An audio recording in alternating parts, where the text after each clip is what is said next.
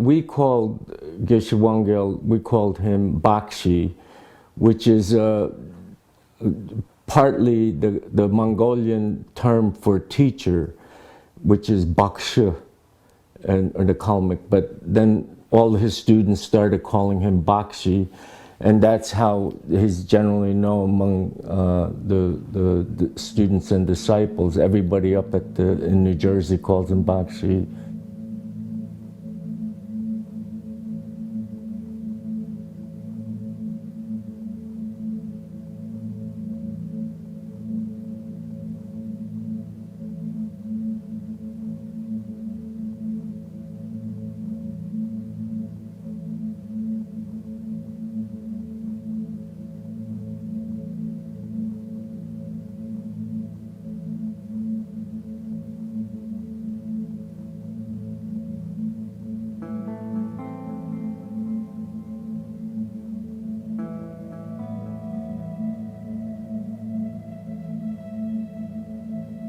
When he came in February of 1955, it was a pretty big deal in our little town because there'd never been a Kalmyk Geshe and a graduate of Gomang Monastic College, and it was covered in the New York Times.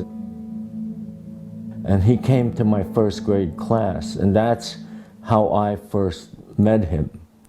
And it was just one of those instant kind of things. I said, yeah, I want to know this person, you know, because it was not like any other monk. One of the reasons was he spoke English. And he almost immediately started teaching at Columbia University, which was also quite a fascinating proposition for a 7-year-old kid who's when my father came, for instance, he started working on a chicken farm. I saw him almost every day, at least when he was around and not at Columbia, because he was teaching me Tibetan. That was not the traditional way that the young Kalmyk monks, say in Russia, would have been doing it. They would be memorizing the prayers and you know, the other parts of it without really understanding what they said.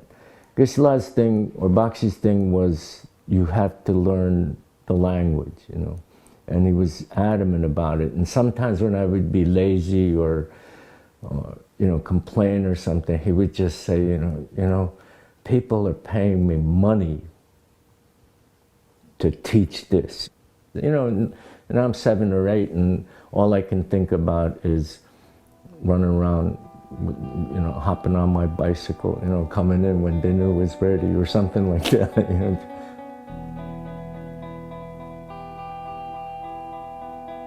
One day, must have been 56, there was just this sedan in the driveway of the house where Geshe-la was living. They might as well have written government on the side, you know. And right away everybody said, oh, FBI, FBI, you know, so that was just an inkling of he might be involved in something, you know.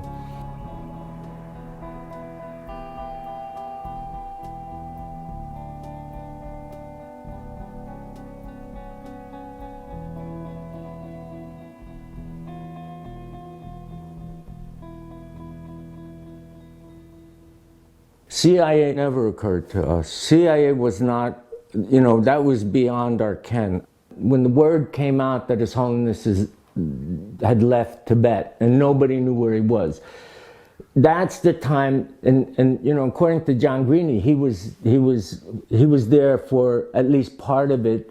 He was at the safe house here on Wisconsin Avenue for part of it. But I know during that period, that's when the radio was on the whole time, the short wave, and the TV, because he was always listening, you know, to reports, any kind of report from Tibet, you know.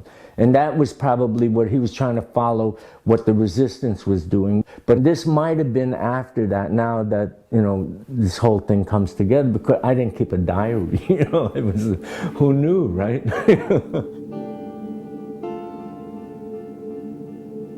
But anyway, his whole thing was to build a center, to start teaching the Dharma, start teaching Tibetan.